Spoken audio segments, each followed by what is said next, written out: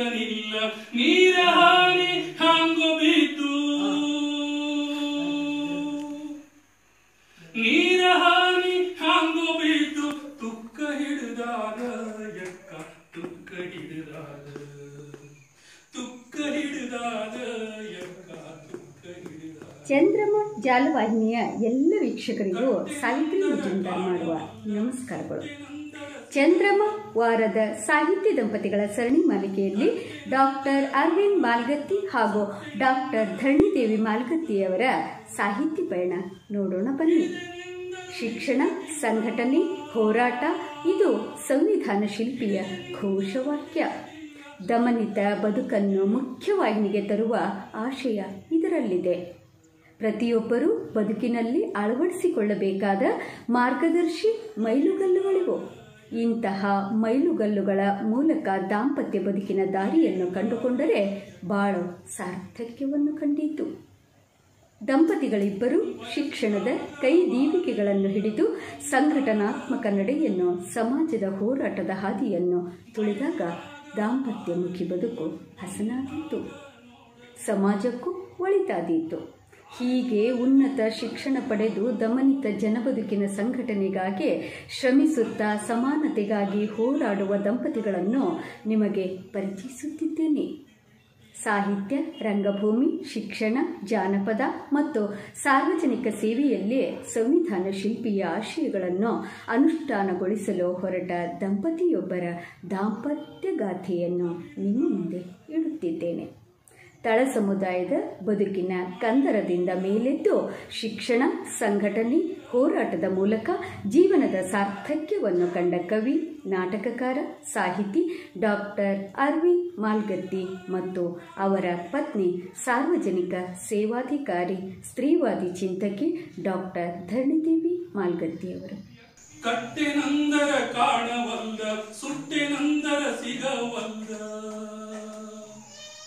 ಕಟ್ಟೆನಂದರ ಕಾಣವಲ್ಲ, ಸುಟ್ಟೆನಂದರ ಸಿಗವಲ್ಲ, ಹಿಡಿದೆನೆಂದರು ಹಿಡಿತಕ್ಕಿಲ್ಲ, ಹಿಡಿದೆನೆಂದರು ಹಿಡಿತಕ್ಕಿಲ್ಲ, ಎತ್ತ ಹೋಗತಿ ಎತ್ತ ನನ್ನ ಬೆನ್ನ ಹತ್ತಿ ಕಾಡುದ ಕಾಡುದ. ಡಾಕ್ಟರ್ ಅರವಿಂದ್ ಮಾಲ್ಗತ್ತಿಯವರು ವೈಚಾರಿಕತೆ ಮತ್ತು ಸೃಜನಶೀಲತೆಯನ್ನು ತಮ್ಮ ಸಾಹಿತ್ಯದುದ್ದಕ್ಕೂ ಮೇಳೈಸಿಕೊಂಡು ಕೃತಿ ರಚನೆ ಮಾಡಿದ ಗಮನಾರ್ಹ ಸಾಹಿತಿ. ಕವಿಯಾಗಿ, ಸಂಶೋಧಕರಾಗಿ, ಕನ್ನಡ ವಿಮರ್ಶಕರಾಗಿ ಮತ್ತು ವೈಚಾರಿಕ ಚಿಂತಕರಾಗಿ ಕನ್ನಡ ಸಾಹಿತ್ಯ ಲೋಕದಲ್ಲಿ ತಮ್ಮದೇ ಛಾಪು ಮೂಡಿಸಿದ್ದಾರೆ. ಕಥೆ, ಕಾದಂಬರಿ, ಕವನ, ನಾಟಕ, ಸಂಶೋಧನೆ, ಆತ್ಮಕಥೆ, ಸಂಪಾದನೆ ಮುಂತಾದ ಹಲವು ಪ್ರಕಾರಗಳಲ್ಲಿ ಸಾಹಿತ್ಯ ಕೃಷಿ ಮಾಡಿದ್ದಾರೆ. 65ಕ್ಕೂ ಹೆಚ್ಚು ಕೃತಿಗಳು ಪ್ರಕಟಗೊಂಡಿವೆ. ಮೂಲತಃ ವಿಜಯಪುರ ಜಿಲ್ಲೆಯ ಮುದ್ದೇಬಿಹಾಳದಲ್ಲಿ 1956ರಂದು ಜನಿಸಿದರು. ಇವರ ತಂದೆ ಯಲ್ಲಪ್ಪ ಅವರೂ ಸಹ ಪ್ರಾಥಮಿಕ ಶಾಲಾ ಶಿಕ್ಷಕರಾಗಿದ್ದರು. ತಾಯಿ ಬಸವ್ವ. ಡಾಕ್ಟರ್ ಅರವಿಂದ್ ಮಾಲ್ಗತ್ತಿಯವರು ಪದವಿ ಶಿಕ್ಷಣ ಮುಗಿಯುವವರೆಗೂ ಹುಟ್ಟೂರಿನಲ್ಲಿಯೇ ವ್ಯಾಸಂಗ ಮಾಡಿರುವುದು ಒಂದು ವಿಶೇಷ.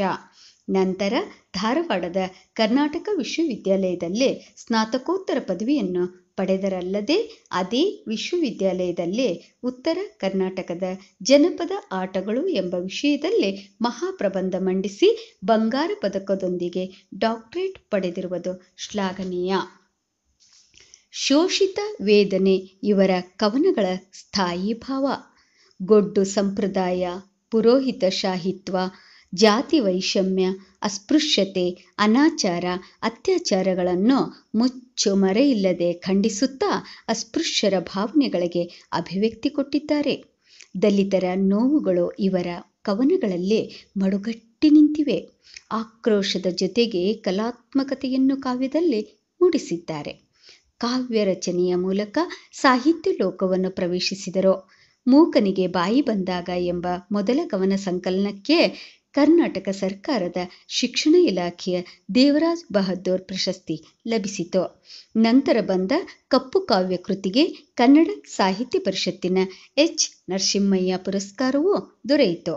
ತದನಂತರ ಮೂರನೆಯ ಕಣ್ಣು, ನಾದ ನಿನಾದ, ಅನಿಲ ಆರಾಧನಾ, ಸಿಲಿಕಾನ್ ಸಿಟಿ ಮತ್ತು ಕೋಗಿಲೆ, ಚಂಡಾಲ ಸ್ವರ್ಗಾರೋಹಣಂ, ಆಯ್ದ ಕವಿತೆಗಳು, ವಿಶ್ವತೋಮುಖ, ಹೂಬಲು ಭಾರ, ಸಹಸ್ರಾಕ್ಷಿ, ಮಾ ಕಾವ್ಯ, ಚೀನಾದ ಧರಣಿಯಲ್ಲಿ ಮುಂತಾದ ಕವನ ಸಂಕಲನಗಳು ಪ್ರಕಟಗೊಂಡಿವೆ. ರು ನಿಷೇಧ ಎಂಬ ಪ್ರಸಕ್ತ ವಿಷಯವನ್ನೊಳಗೊಂಡ ಚಕ್ರಕಾವ್ಯ ಎಂಬ ಕವನ ಸಂಕಲನವು ಪ್ರಕಟಣೆಗೊಂಡಿದೆ. 1988ರಲ್ಲಿ ಕಾರ್ಯ ಎಂಬ ಸತ್ವಪೂರ್ಣ ಬಂಡಾಯ ಧೋರಣೆಯ ಕಿರು ಕಾದಂಬರಿಯನ್ನು ರಚಿಸಿದ್ದಾರೆ. ಬಂಗಾರವ್ವ ಎಂಬ ದಲಿತ ಮಹಿಳೆ ಸತ್ತ ನಂತರ ನಡೆಯಬೇಕಾದ ದಿನಕರ್ಮದ ಸುತ್ತ ಕಥೆಯನ್ನು ಹೆಣೆಯಲಾಗಿದೆ. ದಲಿತ ಸಮುದಾಯದಲ್ಲಿರುವ ಅಂತ್ಯ ಸಂಸ್ಕಾರಕ್ಕೆ ಸಂಬಂಧಿಸಿದ ಅಂಧಾನುಚರಣೆಯ ವ್ಯಂಗ್ಯ ವಿಡಂಬನೆ ಈ ಕಾದಂಬರಿಯಲ್ಲಿದೆ. ಮೇಲ್ವರ್ಗದವರು ದಲಿತರ ಮೇಲೆ ನಡೆಸುವ ಶೋಷಣೆಯ ಕುರಿತು ಈ ಕೃತಿ ಬೆಳಕು ಚೆಲ್ಲುತ್ತದೆ. ಬಂಗಾರವ್ವನ ಸಾವನ್ನು ನೆಪವಾಗಿಟ್ಟುಕೊಂಡು ಮಾನವ ಸಂಬಂಧಗಳ ವಿಕ್ಷಿಪ್ತತೆಯನ್ನು, ಕೆಳ ಸಮುದಾಯದ ಅರ್ಥಹೀನ ಆಚರಣೆಗಳನ್ನು, ಪರಿಸರದ ನಿರ್ಜೀವತೆಯನ್ನು ಈ ಕೃತಿಯಲ್ಲಿ ವಿಮರ್ಶೆಗೆ ಒಳಪಡಿಸಿದ್ದಾರೆ. ಮುಗಿಯದ ಕಥೆಗಳು ಎಂಬ ಕಥಾ ಸಂಕಲನವು ಇವರ ಕಥನ ಶೈಲಿಯನ್ನು, ಸಾಹಿತ್ಯದ ಸೂಕ್ಷ್ಮ ಹೆಣಿಗೆಯನ್ನು, ಪರಿಸರ ಪ್ರಜ್ಞೆಯನ್ನು ಸಾಕ್ಷೀಕರಿಸುತ್ತದೆ. ಮಸ್ತಕಾಭಿಷೇಕ, ಸಮುದ್ರದೊಳಗಣ ಉಪ್ಪು, ಮಚ್ಚುವದ ಮುಖ ಹಾಗೂ ಹೊಸ ಬ್ರಾಹ್ಮಣ ಸನ್ಯಾಸಿ ಎಂಬ ಇವರ ನಾಟಕಗಳು ಪ್ರಸಿದ್ಧವಾಗಿವೆ. ಇವರಲ್ಲೊಬ್ಬ ಸಮರ್ಥ ನಟ ಮತ್ತು ನಾಟಕ ರಚನಾಕಾರ ಇದ್ದಾನೆ ಎಂಬುದನ್ನು ಬಿಂಬಿಸುತ್ತವೆ. ಬಯಸಿದಾಗ ಬಾರಲಿಲ್ಲ, ಬಂದಾಗ ನೋಡಲಿಲ್ಲ. ಬಯಸಿದಾಗ ಬಾರಲಿಲ್ಲ, ಬಂದಾಗ ನೋಡಲಿಲ್ಲ. ಅರೆತು ಮರೆತು ಮಲಗಿದಾಗ, ಅರೆತು ಮರೆತು ಮಲಗಿದಾಗ, ಹ್ಯಾಂಗೋ ಏನು ಬಂದು ನನ್ನ ಮುತ್ತಿ ಬಿಟ್ಟಿದ್ದ, ಎಕ್ಕಾಲಿ ಬಿಟ್ಟಿದ್ದ, ಹ್ಯಾಂಗೋ ಏನು ಬಂದು ನನ್ನ.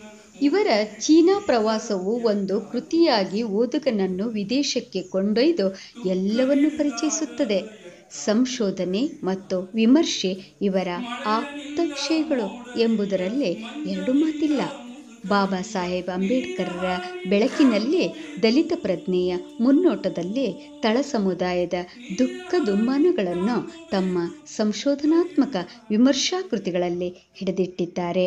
ಕನ್ನಡ ಸಾಹಿತ್ಯ ಮತ್ತು ದಲಿತ ಯುಗ, ದಲಿತ ಪ್ರಜ್ಞೆ ಸಾಹಿತ್ಯ, ಸಮಾಜ ಮತ್ತು ಸಂಸ್ಕೃತಿ, ಸಾಂಸ್ಕೃತಿಕ ದಂಗೆ, ಬೆಂಕಿ ಬೆಳದಿಂಗಳು, ದಲಿತ ಸಾಹಿತ್ಯ ಪ್ರವೇಶಿಕೆ, ಅಂತರ್ಜಾತೀಯ ವಿವಾಹ ಎಷ್ಟು ಪ್ರಗತಿಪರ, ಪೂನಾ ಪ್ಯಾಕ್ಟ್ ಮತ್ತು ದಲಿತರೆತ್ತ ಸಾಗಬೇಕು, ಭೀಮನಡೆಯ ಬೆಳಕು, ಸಾಹಿತ್ಯ ಸಾಕ್ಷಿ, ದಲಿತ ಸಾಹಿತ್ಯ ಪರ್ವ, ದಲಿತ ಸಾಹಿತ್ಯ, ಸಾಹಿತ್ಯ ಕಾರಣ, ದಲಿತ ಮಾರ್ಗ, ಮೌಢ್ಯ ನಿಷೇಧದ ಗುದ್ದಾಟಗಳು, ಚುಟುಕು ಚಿಂತನ, ದಲಿತ ಸಾಹಿತ್ಯಯಾನ, ಮೌಢ್ಯಾಚರಣೆ ಪ್ರತಿಬಂಧಕ ವಿಧೇಯಕ ಒಳ ಹೊರಗೆ, ಭಗವದ್ಗೀತೆಗೆ ನಮಸ್ಕಾರ ಮುಂತಾದ ಕೃತಿಗಳ ಮೂಲಕ ದಲಿತ ಲೋಕದ ಬದುಕು ಬವಣೆಗಳನ್ನು ಮಾರ್ದನಿಸಿದ್ದಾರೆ.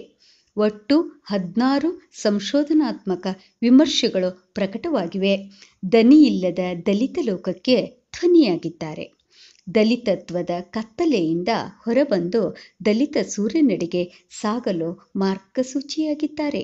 ದಲಿತ ಸಾಹಿತ್ಯ ಚಳುವಳಿಯ ತಾತ್ವಿಕ ಚಿಂತನೆ ಎಂಬ ಕೃತಿಯೂ ಸಹ ಪ್ರಕಟಣೆಗೊಂಡಿದೆ. ಇವರ ಆತ್ಮಕಥನ ಗೌರ್ಮೆಂಟ್ ಬ್ರಾಹ್ಮಣ ಒಂದು ಮಹತ್ವದ ಕೃತಿಯಾಗಿದೆ.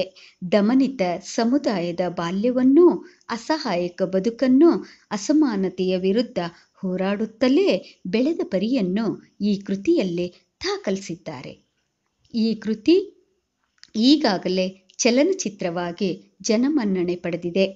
ಜಾತಿ ಸಂಕೋಲೆಯ ಬಿಗಿಬಂಧನದಲ್ಲಿಯೂ ಚಿಮ್ಮಿದ ಕಾರಂಜಿಯಂತೆ ಜೀವ ಚೈತನ್ಯವನ್ನು ಕಾಪಿಟ್ಟುಕೊಂಡ ಬಗೆ ಈ ಕೃತಿಯಲ್ಲಿದೆ.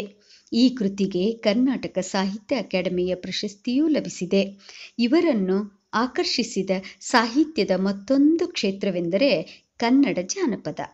ಜಾನಪದದಲ್ಲಿ ವಿಶೇಷ ಅಧ್ಯಯನ ನಡೆಸಿ ಆಣಿಪೇಣಿ, ಜಾನಪದ ವ್ಯಾಸಂಗ, ಜಾನಪದ ಶೋಧ, ತುಳುವರ ಅಟಿಕಳಂಜೆ, ಅಂತರ್ದೃಷ್ಟಿಯ ಸಂಶೋಧನೆ, ಜನಪದ ಆಟಗಳು, ತಾಳಿಕೋಟಿ, ದ್ಯಾಮವ್ವ, ಜಾನಪದ ಅಭಿಯಾನ, ಸಂಶೋಧನಾ ಲೇಖನಗಳು, ಭೂತಾರಾಧನೆ, ಸಾಂಸ್ಕೃತಿಕ ಮತ್ತು ಸಾಮಾಜಿಕ ಚಿಂತನೆ, ಪುರಾಣ, ಜಾನಪದ ಮತ್ತು ದೇಶೀವಾದ ಮುಂತಾದ ಕೃತಿ ರಚನೆ ಮಾಡುತ್ತಾ ಜನಪರ ಜೀವಸಲೆಯನ್ನು ಓದುಗರಿಗೆ ಹರಿಸಿದ್ದಾರೆ.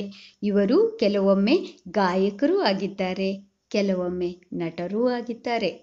ಕೊರಗ ಜನಾಂಗ ಒಂದು ವಿಶ್ಲೇಷಣಾತ್ಮಕ ಅಧ್ಯಯನ ಮಾಡಿದ್ದಾರೆ. ದಶಕಕ್ಕೂ ಹೆಚ್ಚು ಕೃತಿಗಳು ಇವರ ಸಂಪಾದನೆಯ ಮೂಸೆಯಿಂದ ಹೊರಬಂದಿವೆ. ಕನ್ನಡ ಸಾಹಿತ್ಯ ಲೋಕ ನೆನಪಿನಲ್ಲಿಟ್ಟುಕೊಳ್ಳಬೇಕಾದ ಇವರ ಮಹತ್ವದ ಕಾರ್ಯವೆಂದರೆ ಇವರ ಪ್ರಧಾನ ಸಂಪಾದಕತ್ವದಲ್ಲಿ ಬಂದ ಕನ್ನಡ ವಿಶ್ವಕೋಶದ ಅನೇಕ ಸಂಪುಟಗಳು.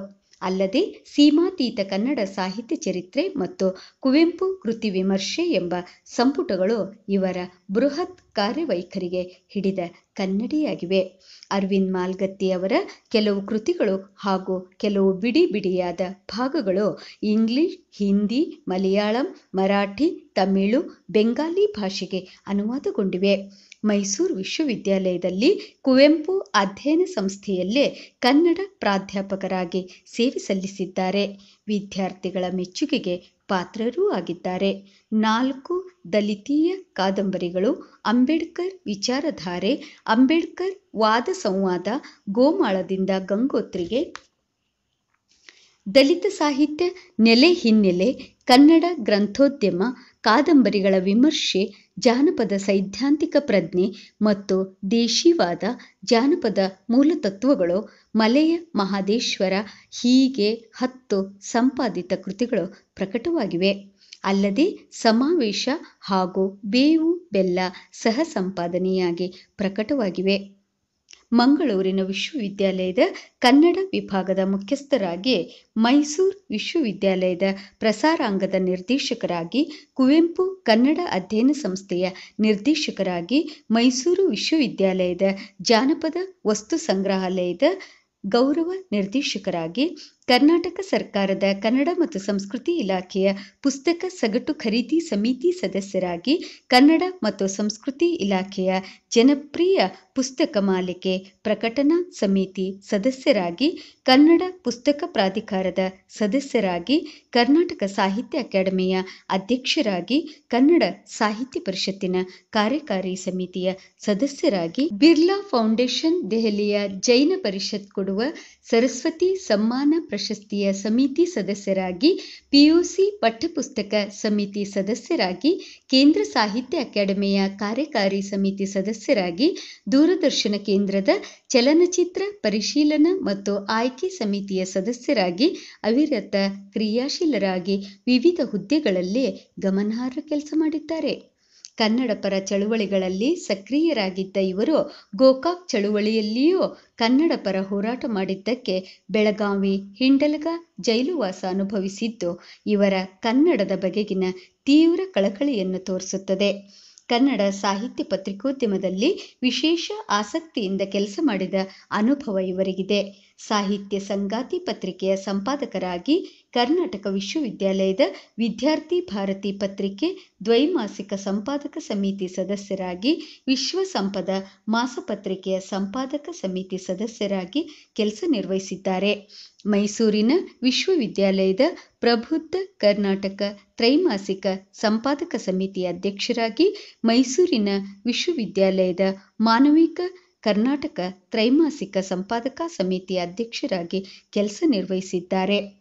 ಅಮೆರಿಕ ನಾವಿಕ ಸಮ್ಮೇಳನದಲ್ಲಿ ಪ್ರಬಂಧ ಮಂಡಿಸಿದ್ದಾರೆ. ಅಲ್ಲದೆ ಅಮೆರಿಕದಲ್ಲಿ ನಡೆದ ವಿಶ್ವ ಕನ್ನಡ ಸಮ್ಮೇಳನದಲ್ಲಿಯೂ ಭಾಗವಹಿಸಿದ್ದರು. ಲಾಸ್ ಏಂಜಲೀಸ್, ಕ್ಯಾಲಿಫೋರ್ನಿಯಾಗಳಲ್ಲಿ ಸಹ ಕನ್ನಡದ ಕಂಪನ್ನು ಬೀರಿದ್ದಾರೆ. ಚೀನಾದ ಹ್ವಾಂಗ್ ಹುಯಿ ವಿಶ್ವವಿದ್ಯಾಲಯಕ್ಕೆ ಭೇಟಿ ಕೊಟ್ಟಿದ್ದರು.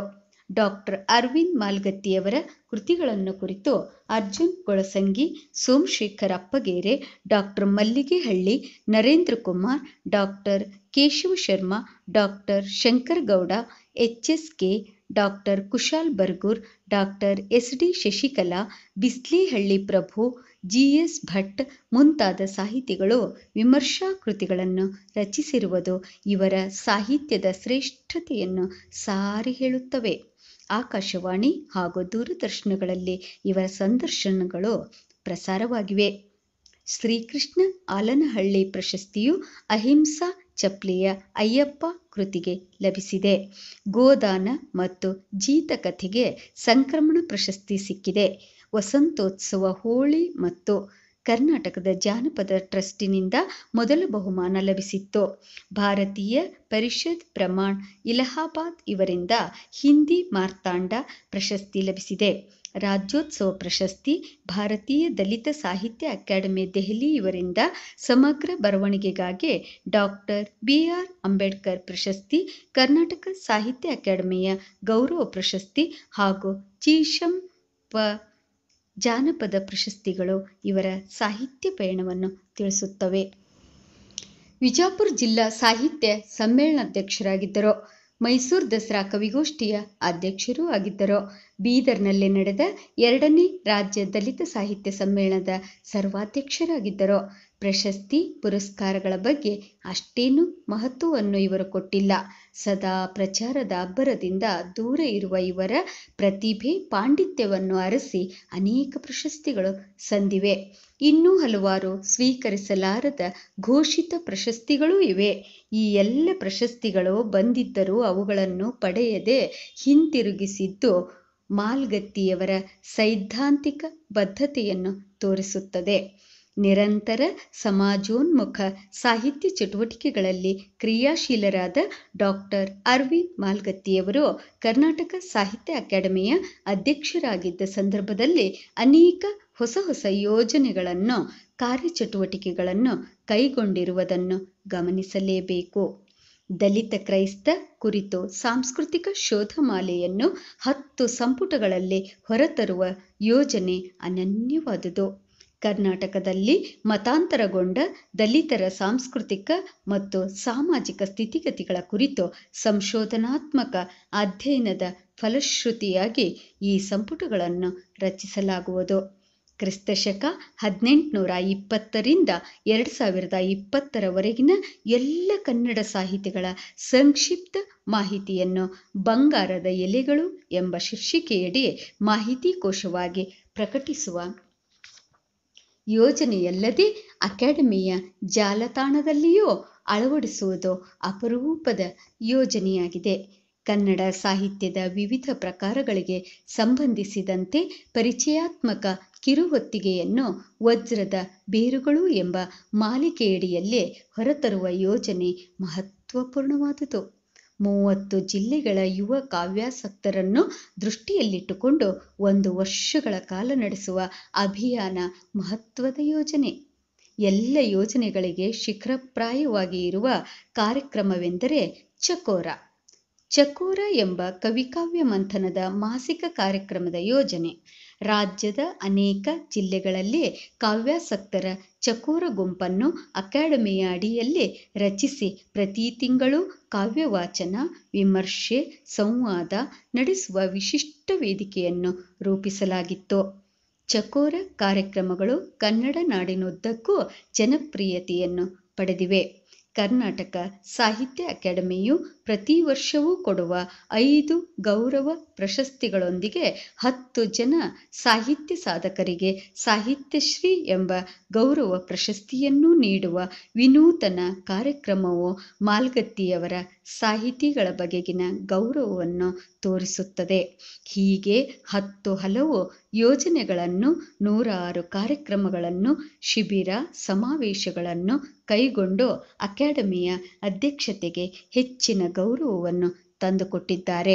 ವಿಶೇಷತೆ ಎಂದರೆ ಇವರದ್ದು ಸಾಹಿತ್ಯ ಅಭಿರುಚಿಯನ್ನು ಒಳಗೊಂಡ ದಾಂಪತ್ಯ. ಇವರ ಪತ್ನಿ ಡಾಕ್ಟರ್ ಧರಣಿದೇವಿ ಮಾಲ್ಗತ್ತಿಯವರು ಸಾಹಿತ್ಯದಲ್ಲಿ ಆಸಕ್ತಿ ಇರುವ ಕಾವ್ಯಕಲೆಯನ್ನು ಮೈಗೂಡಿಸಿಕೊಂಡ ವಿಶಿಷ್ಟ ಲೇಖಕಿ.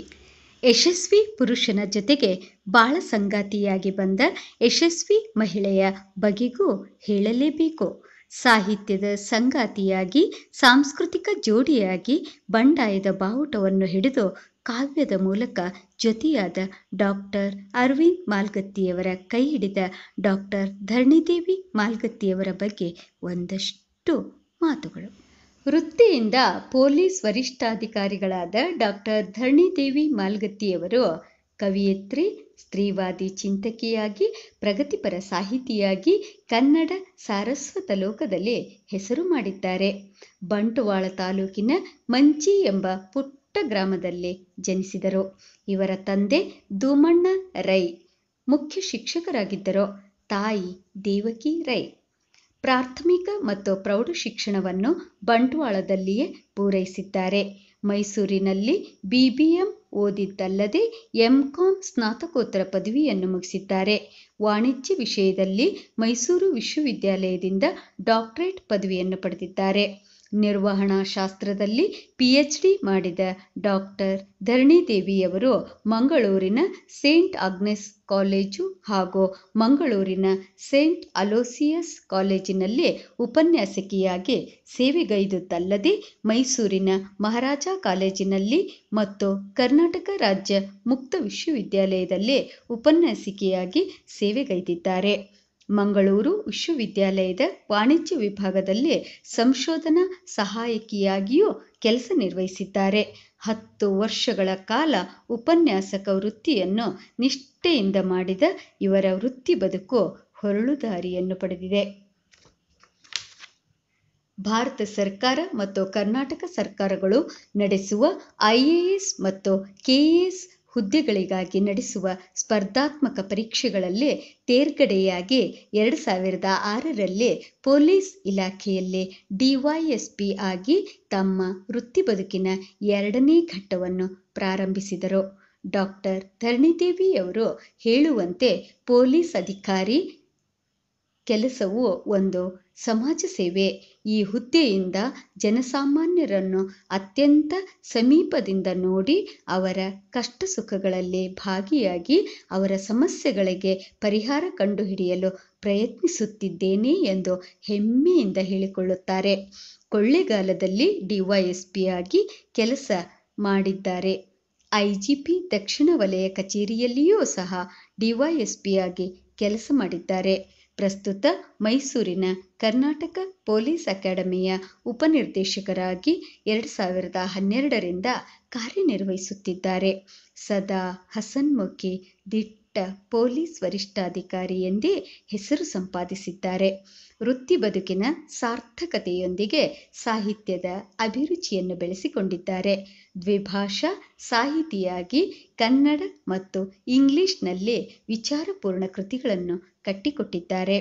ಪ್ರಜಾವಾಣಿ ಮತ್ತು ಉದಯವಾಣಿ ಪತ್ರಿಕೆಗಳಿಗೆ ಅಂಕಣಕಾರರಾಗಿ ಕೆಲಸ ಮಾಡಿದ ಇವರು ಅನೇಕ ಅಂಕಣ ಬರಹಗಳನ್ನು ಬರೆದಿದ್ದಾರೆ. ದಟ್ಟ ಧರಣಿ, ಮಾ ನಿಷಾದ, ಇಳೆಯ ಕಣ್ಣು, ದಹರಾಕಾಶ ಹೀಗೆ ಅಂಕಣ ಬರಹಗಳು ಸಾಹಿತ್ಯವನ್ನು ಕೃತಿರೂಪದಲ್ಲಿ ಪ್ರಕಟಿಸಿದ್ದಾರೆ. ಇವರ ಕಾವ್ಯಕ್ಷೇತ್ರವೂ ವಿಶಿಷ್ಟವಾಗಿದೆ. ಬ್ರೆಡ್ ಜಾಮ್, ಇವರಿವ ದಿವ ಎಂಬ ಕವನ ಸಂಕಲನಗಳನ್ನು ಹೊರತಂದಿದ್ದಾರೆ. ಸ್ತ್ರೀವಾದಿ ಚಳುವಳಿಯ ಚಿಂತನೆಗಳನ್ನು ಆಳವಾಗಿ ಧ್ಯೇನಿಸುವ ಇವರು ಸ್ತ್ರೀವಾದ ಮತ್ತು ಭಾರತೀಯತೆ, ಕನ್ನಡ ಸಾಹಿತ್ಯದಲ್ಲಿ ಸ್ತ್ರೀವಾದ ಎಂಬ ಮಹಿಳಾವಾದಿ ಕೃತಿಗಳನ್ನು ರಚಿಸಿದ್ದಲ್ಲದೆ ಸಾಹಿತ್ಯ, ವಾಣಿಜ್ಯ ಮತ್ತು ಮಹಿಳಾ ಪ್ರಜ್ಞೆ ಎಂಬ ವಿಚಾರ ವಿಮರ್ಶಾ ಕೃತಿಯನ್ನು ರಚಿಸಿದ್ದಾರೆ. Doctor BR Ambedkar on women imagination ಎಂಬ ವಿಚಾರಪೂರ್ಣ ಸಂಶೋಧನಾತ್ಮಕ ಕೃತಿಯನ್ನು ಹೊರತಂದಿದ್ದಾರೆ. What Gandhi says about Ambedkar ಎಂಬ ಸಂಪಾದನಾ ಕೃತಿಯು ರಚನೆಗೊಂಡಿದೆ. ತುಳುನಾಡ ಸಿರಿ ಎಂಬ ವಯಸ್ಕರ ಶಿಕ್ಷಣ ಕೃತಿಯು ಇವರಿಂದ ರಚನೆಗೊಂಡಿದೆ.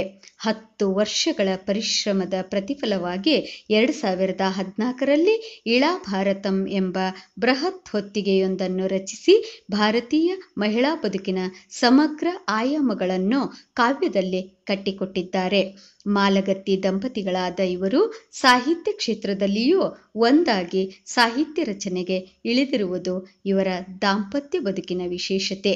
ಪತಿ ಡಾಕ್ಟರ್ ಅರವಿಂದ್ ಮಾಲ್ಗತ್ತಿಯವರ ಆತ್ಮಕಥನ ಗೌರ್ಮೆಂಟ್ ಬ್ರಾಹ್ಮಣ ಕೃತಿಯನ್ನು ಆಂಗ್ಲ ಭಾಷೆಗೆ ಅನುವಾದಿಸಿದ್ದಾರೆ. ಸಾಹಿತ್ಯ ಸಂಗಾತಿ ಎಂಬ ತ್ರೈಮಾಸಿಕ ಪತ್ರಿಕೆಯ ಸಂಪಾದಕರಾಗಿ ಮಹತ್ವಪೂರ್ಣ ಕೆಲಸ ಮಾಡಿದ್ದಾರೆ. ಬೆಳಗಾವಿಯಲ್ಲಿ ನಡೆದ ವಿಶ್ವ ಕನ್ನಡ ಸಮ್ಮೇಳನದಲ್ಲಿ ವಿಚಾರಪೂರ್ಣ ಉಪನ್ಯಾಸ ನೀಡಿದ್ದಾರೆ. ಇವರ ಕೃತಿಗಳಿಗೆ ಅನೇಕ ಪ್ರಶಸ್ತಿ ಪುರಸ್ಕಾರಗಳು ಲಭಿಸಿವೆ. ಸ್ತ್ರೀವಾದ ಮತ್ತು ಭಾರತೀಯತೆ ಎಂಬ ಕೃತಿಗೆ ಗೋರೂರು ಪ್ರಶಸ್ತಿ ಲಭಿಸಿದೆ. ರತ್ನಮ್ಮ ಹೆಗಡೆ ಪ್ರಶಸ್ತಿ, ಮಾಣಿಕ್ ಬಾಯಿ ಪಾಟೀಲ್ ಪ್ರಶಸ್ತಿಯು ಸ್ತ್ರೀವಾದ ಮತ್ತು ಭಾರತೀಯತೆ ಎಂಬ ಕೃತಿಗೆ ಲಭಿಸಿದೆ. ನೀಲಗಂಗಾ ದತ್ತಿ ಬಹುಮಾನವು ಸ್ತ್ರೀವಾದ ಮತ್ತು ಭಾರತೀಯತೆಗೆ ಸಂದಿದೆ. ಗೀತಾ ದೇಸಾಯಿ ದತ್ತಿ ಬಹುಮಾನ ಸಹ ಲಭಿಸಿದೆ. ಎಚ್. ನರಸಿಂಹಯ್ಯ ಪ್ರಶಸ್ತಿಯು ಸಾಹಿತ್ಯ, ವಾಣಿಜ್ಯ ಮತ್ತು ಮಹಿಳಾ ಪ್ರಜ್ಞೆ ಕೃತಿಗೆ ಸಿಕ್ಕಿದೆ. ಸಮಗ್ರ ಸಾಹಿತ್ಯಕ್ಕೆ ಸಾಹಿತ್ಯ ದಂಪತಿ ಪ್ರಶಸ್ತಿ ನೀಡಿ ಗೌರವಿಸಿದ್ದಾರೆ. ಕದಳಿ ಪ್ರಶಸ್ತಿ ಹಾಗೂ ಇವರಿವ ದಿವಕ್ಕೆ ಕರ್ನಾಟಕ ಸಾಹಿತ್ಯ ಅಕಾಡೆಮಿ ಪ್ರಶಸ್ತಿ ದೊರೆತಿದೆ. ಹಲಸಂಗಿ ಗೆಳೆಯರ ಪ್ರತಿಷ್ಠಾನ ಪ್ರಶಸ್ತಿ, ಇಳಾ ಭಾರತಂ ಮಹಾಕಾವ್ಯಕ್ಕೆ ಗೆಳೆಯರ ಗುಂಪು ಪ್ರಶಸ್ತಿ ಲಭಿಸಿದೆ. ದೇಜೇಗೌ ಸಾಹಿತ್ಯ ಪ್ರಶಸ್ತಿ, ಧಾರವಾಡದ ದತ್ತಿ ಬಹುಮಾನ, ಬೆಂಗಳೂರಿನ ದತ್ತಿ ಬಹುಮಾನ ಹೀಗೆ ಹಲವಾರು ಪ್ರಶಸ್ತಿ ಪುರಸ್ಕಾರಗಳು ಇವರನ್ನು ಅರಸಿ ಬಂದಿವೆ. ಕಲೇಸಂದಿಂದ ಕಾವ್ಯಕ್ಕೆ ಗುಡಿಬಂಡೆ ಪೂರ್ಣಿಮಾ ದತ್ತಿ ನಿಧಿ ಪ್ರಶಸ್ತಿ ದೊರೆತಿದೆ. ಬಂಟ್ವಾಳದಲ್ಲಿ ನಡೆದ ತಾಲೂಕಾ 20ನೇ ಕನ್ನಡ ಸಾಹಿತ್ಯ ಸಮ್ಮೇಳನಾಧ್ಯಕ್ಷರೂ ಆಗಿದ್ದರು. ಧರಣಿ ಹೆಜ್ಜೆಯ ಸದ್ದು ಎಂಬ ಅಭಿನಂದನಾ ಗ್ರಂಥವನ್ನು ಪ್ರಕಟಿಸಿ ಇವರನ್ನು ಗೌರವಿಸಲಾಗಿದೆ. ಮಾಲ್ಗತ್ತಿ ದಂಪತಿಗಳಂತೆ ಅವರ ಮಕ್ಕಳು ಸಹಿತ ಉನ್ನತ ಶಿಕ್ಷಣ ಹಾಗೂ ಅಪಾರ ವಿದ್ವತ್ತನ್ನು ಗಳಿಸಿಕೊಂಡಿದ್ದಾರೆ. ಹಿರಿಯ ಮಗ ದಕ್ಷ ಮಾಲ್ಗತ್ತಿಯವರು ಜವಾಹರ್ ನವೋದಯ ವಿದ್ಯಾಲಯದ ವಿದ್ಯಾರ್ಥಿಯಾಗಿದ್ದು ಮೈಸೂರಿನಲ್ಲಿಯೇ BE ಮತ್ತು MBA ಪದವಿ ಗಳಿಸಿದ್ದಾರೆ. ಯುವರಾಜ ಕಾಲೇಜಿನ ಅತಿಥಿ ಉಪನ್ಯಾಸಕರಾಗಿಯೂ ಸೇವೆ ಮಾಡುತ್ತಾ ಕರ್ನಾಟಕ ಬ್ಯಾಂಕಿನ ಪ್ರೊಬೇಷನರಿ ಆಫೀಸರ್ ಆಗಿ ವೃತ್ತಿ ಜೀವನ ನಡೆಸುತ್ತಿದ್ದಾರೆ. ಕನ್ನಡ ಮತ್ತು ಇಂಗ್ಲಿಷ್ ಎರಡೂ ಭಾಷೆಯಲ್ಲಿಯೂ ವಿದ್ವತ್ತನ್ನು ಹೊಂದಿ ದ್ವಿಭಾಷಾ ಕವಿಯಾಗಿ ಅನೇಕ ಕವನಗಳನ್ನು ರಚಿಸಿದ್ದಾರೆ. ದಸರಾ ಚಿಗುರು ಕವಿಗೋಷ್ಠಿಯಲ್ಲಿ ಕವನ ವಾಚನ ಮಾಡಿದ್ದಾರೆ. ಮೈಸೂರು ಜಿಲ್ಲಾ ಕನ್ನಡ ಸಾಹಿತ್ಯ ಸಮ್ಮೇಳನದಲ್ಲಿ ಕವಿಗೋಷ್ಠಿಯ ಅಧ್ಯಕ್ಷತೆಯನ್ನು ವಹಿಸಿದ್ದರು.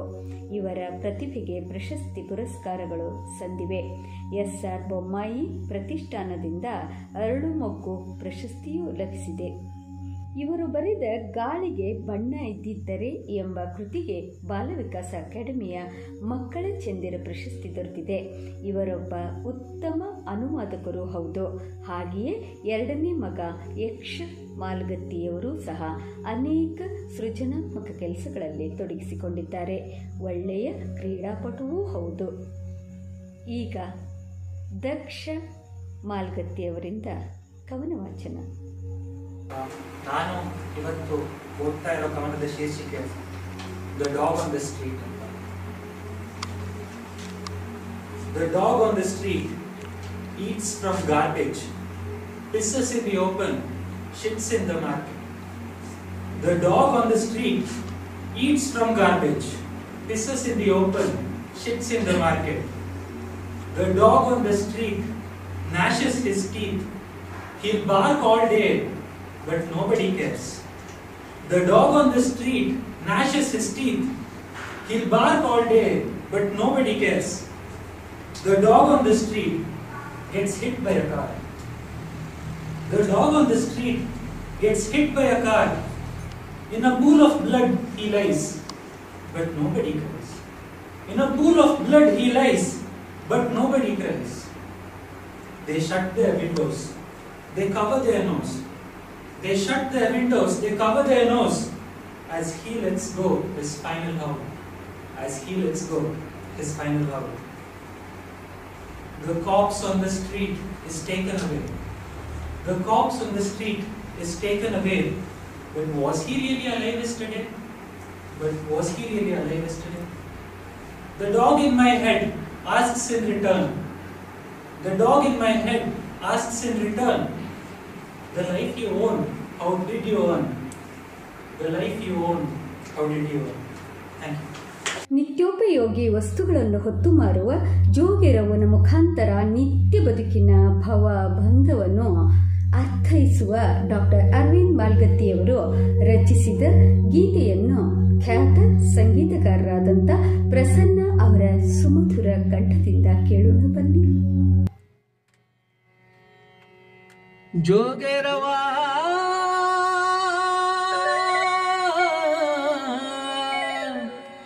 ಜೋಗೆರವಾ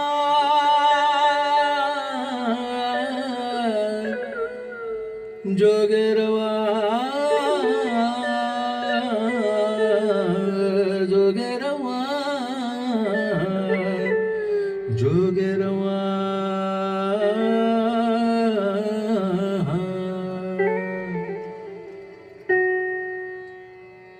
ಜೋಗೆರವ್ ಬಂದೇನಿ ಜೋಗೆರವ್ವ ಜೋಗೆರವ್ ಬಂದೇನಿ ಜೋಗೆರವ್ವ ಜೋಗೆರವ್ ಬಂದೇನಿ ಜೋಗೆರವ್ವ ಭವ ಬಂದ ಬೆಸೆಯುವ ಜೋಗೆರವ್ವ ಭವ ಬಂದ ಬೆಸೆಯುವ ಜೋಗೆರವ್ವ ಭವ ಬಂದ ಬಿಡಿಸುವ ಜೋಗೆರವ್ವ ಜೋಗೆರವ್ ಬಂದೇನಿ ಜೋಗೆರವ್ವ ಜೋಗೆರವ ಬಂದೇನಿ ಜೋಗೆರವ್ವ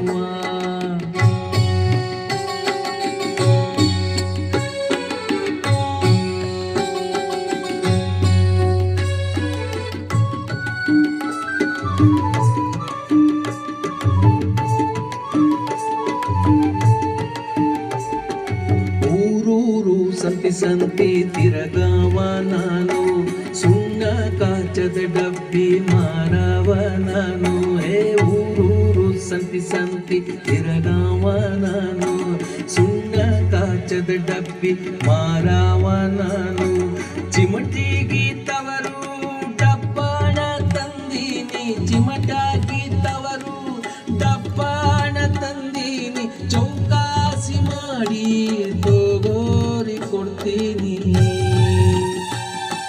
ಜೋಗೆರವ್ ಬಂದೇನಿ ಜೋಗೆರವ್ವ ಜೋಗೆರವ ಬಂದೇನಿ ಜೋಗೆರವ್ವ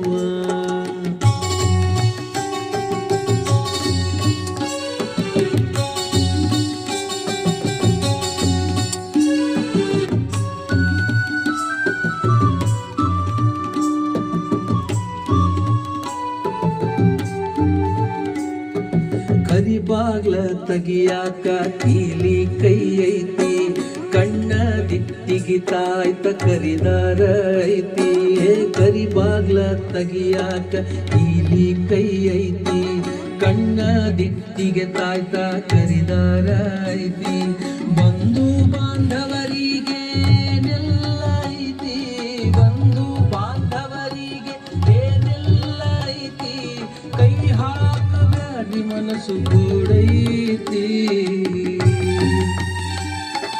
ಜೋಗೆರವ್ ಬಂದೇನಿ ಜೋಗೆರವ್ವ ಜೋಗೆರವ್ ಬಂದೇನಿ ಜೋಗೆರವ್ವ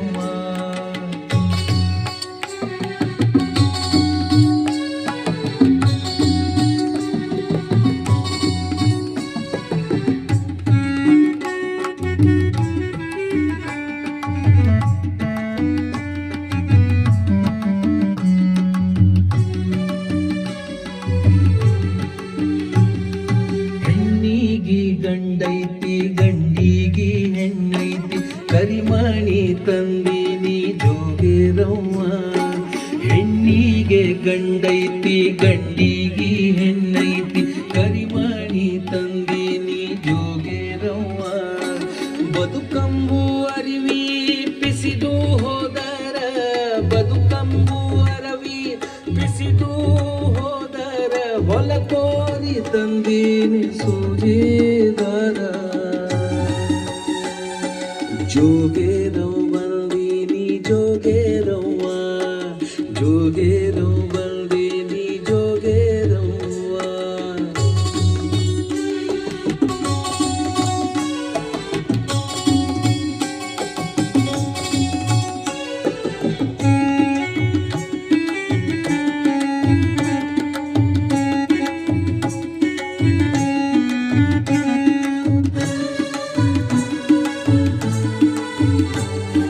ಜಗಳ ಅಂಬೋದು ಕೂದಲು ಸಿಕ್ಕು ಬಾಚಣಿಕೆ ತಂದೀನಿ ಬಿಡಿಸಿಕೊಳ್ಳಿ ಜಗಳ ಅಂಬೋದು ಕೂದಲು ಸಿಕ್ಕು ಬಾಚಣಿಕೆ ತಂದೀನಿ ಬಿಡಿಸಿಕೊಳ್ಳಿ ಕತ್ಲಾಗೋದರ ಬಂಗಾರದ ಬಾಳು ಕತ್ಲ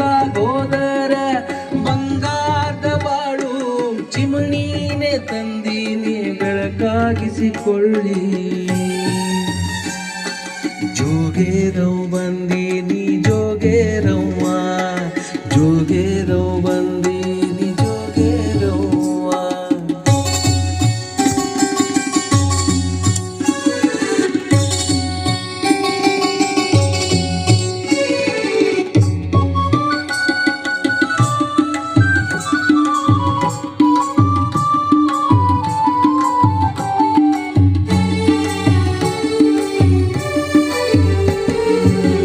ನಿಮ್ಮಾರಿ ನೀವೇ ನೋಡ್ಕೋರಿ, ಕನ್ನಡಿ ತಂದೀನಿ ಜೋಗೇರವ್ವ. ನಿಮ್ಮ ಮಾರಿ ನೀವೇ ನೋಡ್ಕೋರಿ, ಕನ್ನಡಿ ತಂದೀನಿ ಜೋಗೇರವ್ವ. ಬಿಳಿ ಒಟ್ಟುದು ಕೂದಲು ಉದುರ್ಯಾವು ಬುಳುಬುಳು, ಬಿಳಿ ಒಟ್ಟುದು ಕೂದಲು ಉದುರ್ಯಾವು ಬುಳುಬುಳು, ಮರ್ತೆದಾಗೇನೈತಿ ಬರಿದೊಂಬನಾಟ. ಜೋಗೇರವ್ ಬಂದೀನಿ ಜೋಗೇರವ್ವ, ಜೋಗೇರವ್ ಬಂದೀನಿ ಜೋಗೇರವ್ವ. ಭವಬಂಧ ಬೆಸೆಯುವ ಜೋಗೇರವ್ವ, ಭವಬಂಧ ಬೆಸೆಯುವ ಜೋಗೇರವ್ವ, ಭವಬಂಧ ಬಿಡಿಸುವ ಜೋಗೇರವ್ವ. ಜೋಗೇರವ್ ಬಂದೀನಿ ಜೋಗೇರವ್ವ, ಜೋಗೇರವ್ ಬಂದೀನಿ ಜೋಗೇರವ್ವ, ಜೋಗೇರವ್ ಬಂದೀನಿ ಜೋಗೇರವ್ವ, ಜೋಗೇರವ್ ಬಂದೀನಿ ಜೋಗೇರವ್ವ, ಜೋಗೇರವ್ ಬಂದೀನಿ ಜೋಗೇರವ್ವ. ಪುರುಷ ಸಂಶಯಕ್ಕೆ ಸಿಕ್ಕು ಮಣ್ಣು ಪಾಲಾಗುತ್ತಿರುವ ಸೀತೆಯರನ್ನು ಕುರಿತು ತಾವು ಬರೆದ ಕವಿತೆಯನ್ನು ನಮ್ಮ ವೀಕ್ಷಕರಿಗಾಗಿ ವಾಚಿಸುವಿರಾ? ನಮಸ್ಕಾರ. ಡುಂಡುಭ ವಿಲಾಪ ಕವನ ಸಂಕಲನದ ಕವಿತೆ ಇದು. ಸೀತೆ ಹುಟ್ಟುವುದಿಲ್ಲ ಇನ್ನು ಮುಂದೆ, ಇದು ಕವಿತೆಯ ಶೀರ್ಷಿಕೆ. ಪತ್ನಿಯನ್ನು ಅಗ್ನಿಕುಂಡಕ್ಕೆ ಕಳಿಸಿ ಪತಿರಾಯ ಲೋಕದ ಅನುಮಾನವನ್ನು ನೀಗಿಸಿದನಷ್ಟೇ, ಅವನೊಳಗೆ ಬೆಳೆದಿದ್ದ ಸಂಶಯವ ಸುಡಲಿಲ್ಲ, ಒಳಗೊಳಗೆ ಪ್ರತಿ ಗಳಿಗೆ ವ್ಯಾಪಿಸಿರಲು. ಅಂದು ದಾಟಿದ ಅಗ್ನಿಕುಂಡ ಜೊತೆಗೇ ಬಂತು, ಎದೆಯೊಳಗೆ ನಿತ್ಯ ಉರಿ ಕೆಂಡ ಸೇವೆ. ಅಪವಾದ ಹೊರಗಿಂತ ಪ್ರೀತಿಸಿದ ಪತಿ ಕೊಟ್ಟ ಅಪನಂಬಿಕೆಯ ಕಡ್ಡಿ ಭಾರವಷ್ಟೇ. ಪಾಪ ಪ್ರಜ್ಞೆಯು ಅವನ ಕಾಡಿತ್ತೋ ಇಲ್ಲವೋ ಎನ್ನುವ ಸಂಶಯ ಈಗ ವೈದೇಹಿಗೆ. ಅವನ ಸ್ಪರ್ಶಕ್ಕೆ ದೇಹ ಪ್ರಶ್ನೆಯೊಲು ಮುದುರುವುದು, ಎತ್ತಿ ಒಗೆಯುವ ಸಿಟ್ಟು ಮೈಯ ತುಂಬ. ಸ್ವರ್ಣ ಸೀತೆಯೇ ಸರಿಯವಗೆ, ನುಡಿಯದು ಸಿಡಿಯದು ಪ್ರತಿಭಟನೆ ಎಂತೂ ಇಲ್ಲ. ಮಿಡಿಯದಿದ್ದರೆ ತಾನೇ ಏನು ನಷ್ಟವು ಈಗ, ಬಡಬದಲಿ ಬೇವ ಪಾಡಿಲ್ಲವಷ್ಟೇ. ಎಂದೋ ಹುಸಿನಗು ಬೆರೆಸಿ ಸೀತೆಯೆಡೆ ಒಲವಿನಲ್ಲಿ ಬಂದು ನಿಂತರೆ ನಟನೆ ಅವಳ ದೃಷ್ಟಿಯಲ್ಲಿ. ಅಪವಾದ ಭೀತಿ ಎಂಬುದು ಬರಿಯ ಕುಂಟು ನೆಪ, ಅವನ ಸಂಶಯಕ್ಕೊಂದು ರೂಪವಷ್ಟೆ. ಅಪವಾದ ಹೊರಿಸಿದನೆಂಬ ನೋವು ಗೆದ್ದಲಿನಂತೆ ಹುತ್ತ ಕಟ್ಟಿದೆ ಅವಳ ಮೈಯ ತುಂಬ. ಮತ್ತೊಮ್ಮೆ ಮೈಥಿಲಿಯು ಕಾಡುಪಾಲಾಗಿರಲು ಹೊಂದಾಣಿಕೆಯ ಮಾತು ವ್ಯರ್ಥವಷ್ಟೇ. ಮೊದಲೇ ಮಣ್ಣಿನ ಮಗಳು ಮಣ್ಣಾಗಿ ಹೋದಳು, ಮೊದಲೇ ಮಣ್ಣಿನ ಮಗಳು ಮಣ್ಣಾಗಿ ಹೋದಳು. ಸುಕ್ಕು ತೊಗಲಿನ ದೇಹ ಬಿಳಿಗೂದಲು, ಮಣ್ಣೆ ನುಂಗಲಿ ನನ್ನ ಎಂಬ ಪರಿತಾಪ ಉಗ್ರ ಶಾಪದ ಒಂದು ರೂಪವಷ್ಟೆ. ಯಾರು ಹೇಳಿದರಿವರ ಆದರ್ಶವೆಂದು, ಯಾರು ಹೇಳಿದರಿವರ ಆದರ್ಶವೆಂದು? ಇಂಥ ಗಂಡನು ಬೇಡ 7 ಜನ್ಮಕ್ಕೂ ಎನ್ನುತ್ತಲೇ ಮಣ್ಣ ಸೇರಿದರು ಸೀತೆಯರು. ಸೀತೆ ಹುಟ್ಟುವುದಿಲ್ಲ ಇನ್ನು ಮುಂದೆ, ಸೀತೆ ಹುಟ್ಟುವುದಿಲ್ಲ ಇನ್ನು ಮುಂದೆ. ನಮಸ್ಕಾರ.